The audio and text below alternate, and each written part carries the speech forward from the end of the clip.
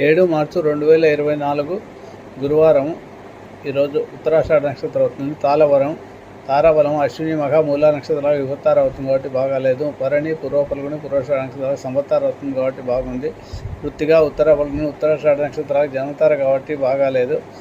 అలాగే రోహిణి హస్త శ్రవణ నక్షత్రాలు పరమతి తార అవుతుంది కాబట్టి బాగుంది. మృగశిర చిత్త ధనిష్ట నక్షత్రాలకు మిత్రతార కాబట్టి బాగుంది.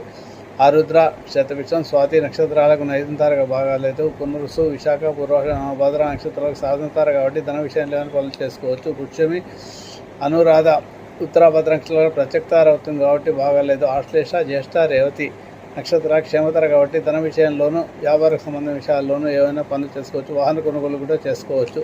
ఈ రకంగా తారాబలం ఉండే నక్షత్రాలు